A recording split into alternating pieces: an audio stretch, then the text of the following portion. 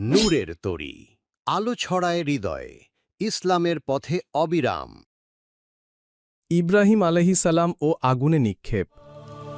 নূহ আলাইহিসালামের পর বহু যুগ কেটে যায়, মানুষ আবার আল্লাহকে ভুলে গিয়ে মূর্তি পূজায় লিপ্ত হয়ে পড়ে। এই অন্ধকার যুগেই জন্ম নিলেন আল্লাহর মহান বন্ধু হজরত ইব্রাহিম আলাইহিসালাম। ইব্রাহিম আলাইহিসালাম ছোটবেলা থেকেই প্রশ্ন করতেন, এগুলো কি? এরা তো নিজেরাই কিছু করতে পারে না, তাহলে মানুষ কেন তাদের পূজা করছে? তিনি একে একে তারকা, চাঁদ ও সূর্যের দিকে তাকিয়ে বলেছিলেন, এগুলো কি আমার রব? কিন্তু যখনই ওগুলো ডুবে যেত তিনি বলতেন, না, আমার রব কখনো হারিয়ে যান না। আমার রব হচ্ছেন সেই আল্লাহ যিনি আকাশ ও জমিন সৃষ্টি করেছেন।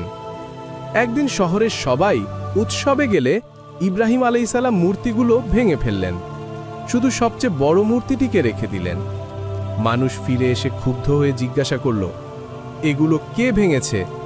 তিনি বললেন, এটা নিশ্চয়ই ওই বড় মূর্তিই করেছে, তাকে জিজ্ঞেস করো। মানুষ চিৎকার করে উঠল, ইব্রাহিমকে আগুনে পুড়িয়ে দাও। তারা বিশাল আগুন জ্বালালো, এত বড় আগুন যে পাখিরাও আকাশে উড়ে যেতে ভয় পেত। যখন তাকে আগুনে নিক্ষেপ করা হলো, আল্লাহ তাআলা ফেরেশতাদের পাঠালেন সাহায্যের প্রস্তাব নিয়ে।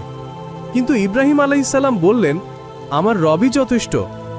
তখন আল্লাহ আদেশ দিলেন, হে আগুন, ঠান্ডা ও নিরাপদ হয়ে যাও ইব্রাহিমের জন্য। আগুন তার কোনো ক্ষতিই করতে পারল না। মানুষ হতবাক হয়ে গেল। তারা বুঝল, এই নবী সত্যি আল্লাহর পক্ষ থেকে প্রেরিত। ইব্রাহিম আলাইহিসসালামের জীবনের এই ঘটনা আমাদের শেখায়, আল্লাহর ওপর ভরসা রাখলে সবচেয়ে ভয়ঙ্কর বিপদও শান্তি ও নিরাপত্তায় পরিণত হয়।